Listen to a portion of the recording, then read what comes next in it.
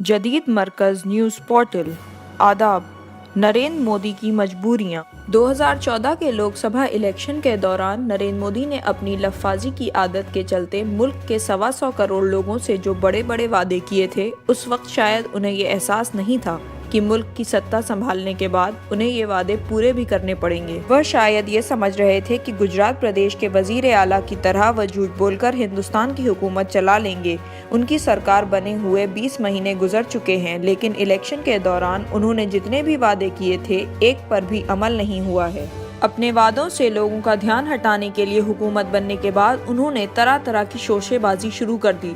कभी स्वच्छता अभियान का नारा, कभी बेटी बचाओ बेटी पढ़ाओ, कभी सेल्फी विद डॉटर, कभी मेक इन इंडिया, कभी इन्वेस्टमेंट बढ़ाओ प्रोग्राम, कभी सबका साथ सबका विकास और कभी स्टार्टअप इंडिया। उनकी ये शोशेबाजियां भी नहीं चली। स्टार्टअप इंडिया के नारे पर अमल शुरू करने की बात हुई तो उनके अपने लोगों ने जाट आंदोलन के बहाने हरियाणा में ऐसी आग लगाई कि हिंदुस्तान में निवेश करने के ख्वाहिशमंद विदेशों में बैठे लोग सहम गए।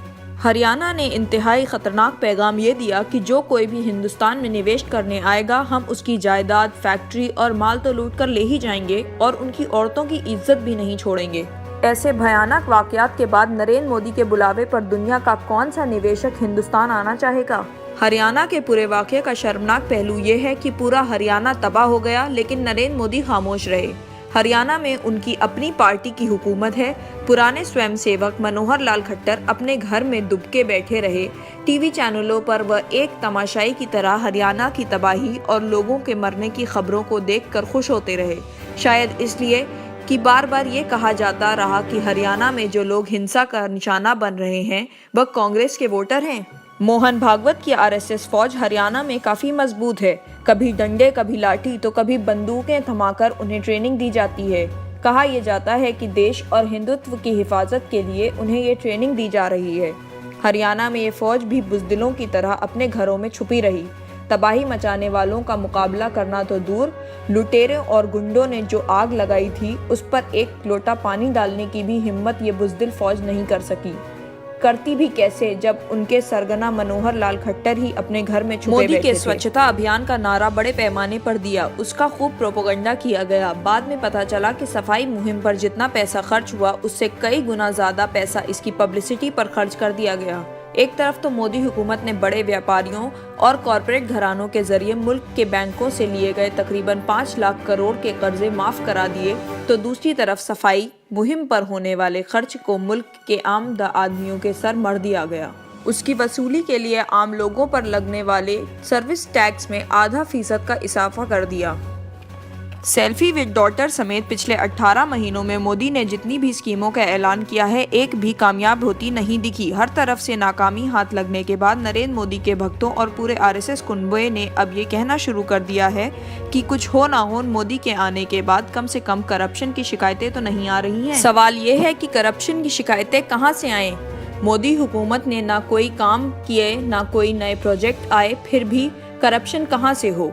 अपनी नाकामियों पर पर्दा डालने और पार्लियामेंट के बजट से अपोजिशन के हमले से बचने के लिए वजीर आजम नरेंद्र मोदी ने अपने हिसाब से 2 बड़े खुलासे किए। दक्षिण भारत में जाकर उन्होंने कहा कि माँ बेटे यानी सोनिया और राहुल गांधी उन्हें सरकार नहीं चलाने दे रहे। फिर उड़ीसा में कहा कि कई गैर सरकारी तंजीमें उनकी सरकार नहीं चलने दे रही। वह विदेशों से पैसा लेते हैं और सरकार के खिलाफ साजिशें करते हैं। किसी भी कीमत पर वह एक चाय बेचने वाले के बेटे को मुल्क का वजीर आजम नहीं देख पा रहे। मोदी का ये बयान न सिर्फ गैर जिम्मेदाराना है, बल्कि इसे शर्मनाक कहा जा सकता है। 125 करोड़ के अजीम मुल्क का प्राइम मिनिस्टर ये कहकर अपनी जिम्मेदारियों से कैसे बच सकता है कि माँ बेटे और कुछ एनजीओज उसकी सरकार नहीं चलने दे रही? वह ये तस्लीम क्यों नहीं कर लेते कि मुल्क को गुमराह करके जिस मनसब तक वह यहाँ पहुँच गए हैं, दरअसल वह उसके लायक ही नहीं है। उनके पीछे तो खुद राष्ट्रभक्त कहने वाले आरएसएस की एक भारी भरकम फौज है, जिसका दावा है कि सांस्कृतिक संगठन की हैसियत से आरएसएस ने देश में बहुत बड़े बड़े काम किए हैं। उनकी जड़ें मजबूत हैं और उनकी तंजीम बहुत ताकतवर है। 20 महीने की मोदी हुकूमत के दौरान तो ये अंदाज़ा लगा कि ये लोग अफवाहें फैला सकते हैं, दंगे फसाद करवा सकते हैं। इनके अपने लोगों की भीड़ हो तो किसी के घर में और अदालतों में घुसकर ये अपने मुखालिफिन पर हमला कर सकते हैं। लेकिन सरकार चलाने और मुल्क के लिए कोई ठोस काम करने की इनमें कोई सलाहियत ही नहीं है। अब इन्होंने एक नया हथकंडा अपनाया है और वह ये कि राष्ट्र प्रेम और महिषासुर के नाम पर आम लोगों को मजहब की अफीम चटाने की मुहिम में जुट गए हैं। अल्लाह इनकी हरकतों से देश को महफूज रखे।